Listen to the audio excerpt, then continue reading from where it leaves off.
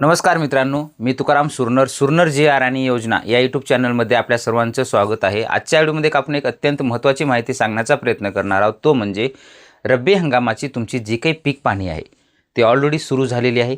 15 डिसेंबरपासून E पीक पाहणी सुरू झालेली आहे। सद्यस्थितीला ई पीक पाहणी चालू पण आहे, परंतु आता शेवटचे दिवस आले म्हणलं की त्या ॲपमध्ये म्हणा किंवा सर्व्हरमध्ये मोठ्या प्रमाणामध्ये अडचणी येतात आणि तुमची ई पीक पाहणी व्हायची तशीच राहून जाते। ज्यावेळेस तुम्ही ई पीक पाहणी करायला जाता त्यावेळेस तुमचं ई पीक पाहणीचं ॲप असेल तर डायरेक्टली तुम्हाला बाहेर फेकलं जातं किंवा सेक्शन टाईम आऊट दिलं जातं। अशा पद्धतीचे अनेक एरर तुम्हाला येत असतात। म्हणून तुमची आत्ता शेवटचे जे काही 9 दिवस तुमच्याकडे बाकी राहिलेले आहेत, तर 9 दिवसाच्या अगोदर म्हणजे तुमची 24 जानेवारी 2026 च्या अगोदर ई पीक पाहणी रब्बी हंगामाची होणं गरजेचं आहे। कारण की रब्बी हंगामाची ई पीक पाहणी झालेली असेल तरच तुम्हाला पुढील अनुदान असेल किंवा जे काही विमा भेटणं असेल हे त्याच्यावरच डिपेंड असतं। तुमची ई पीक पाहणी होणं हे अत्यंत गरजेचं आहे।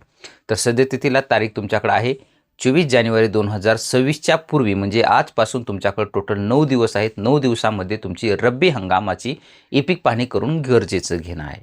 अशा पद्धतीचं हे छोटंसं अपडेट होतं। ई पीक पाहणी कशी करायची त्या संदर्भातील आपण सविस्तर व्हिडिओ बनवलेला आहे, त्याची लिंकसुद्धा या व्हिडिओच्या डिस्क्रिप्शन बॉक्समध्ये दिलेली आहे। तो व्हिडिओ पहा, कशा पद्धतीनं करायची त्या पद्धतीनं तुम्ही तुमच्याच मोबाईलवरती स्वतः शेतामध्ये जाऊन तुमची ई पीक पाहणी करून घ्यायची आहे। भेटूया नवीन माहितीसह नवीन व्हिडिओमध्ये। धन्यवाद।